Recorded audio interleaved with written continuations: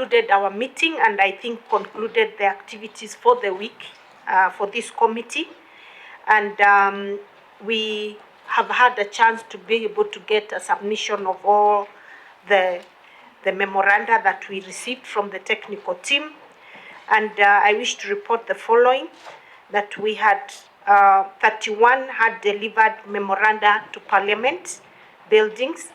We had 46 delivered to Bomas of Kenya, and we had 181 via email. So a total of 258 memoranda that we have received. Further, by the close of the stakeholder engagements, the committee had received oral submissions from 60 stakeholders and 704 persons drawn from the stakeholders who appeared before the committee since Monday.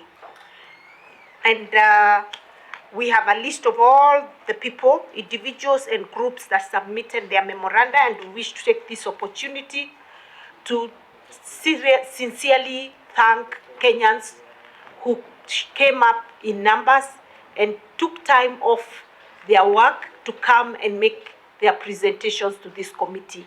And this, the information they brought to us, the submissions they brought to this committee have greatly enriched the work that lies ahead of us as a committee. So we want to thank them and tell them that we truly appreciate and take the issues that they brought before us very, very seriously.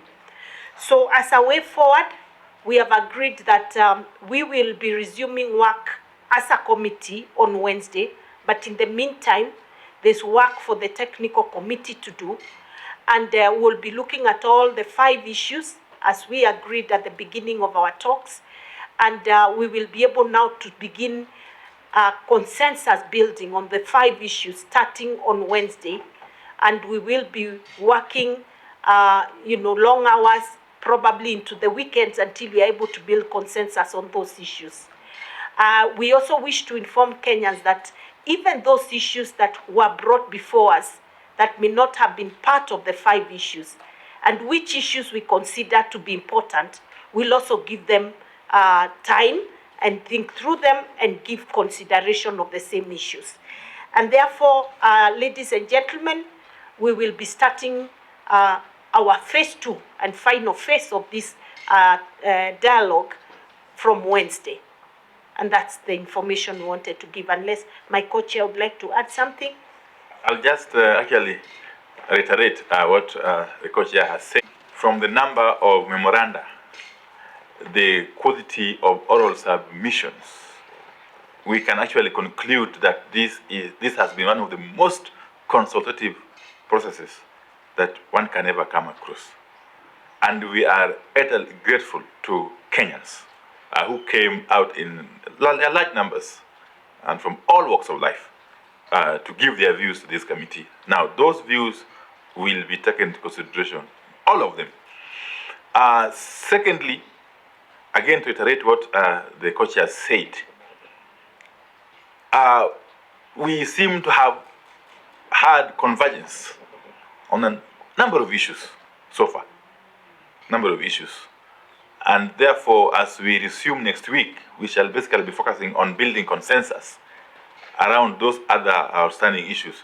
And we are sure that we are going to be able to deliver to Kenyans product within the timelines. Okay? That Kenyans should remain hopeful and expectant that this committee is going to deliver on its mandate. Thank you very much. What? We have said we will be working long hours, and we will manage, we are determined to build consensus within the remaining timelines. And as the co-chair said, we already have certain issues where we already have convergence. So we see ourselves able to meet the deadline. If not, we will cross the bridge when we get there. Yeah. You will know that from next week. Thank you.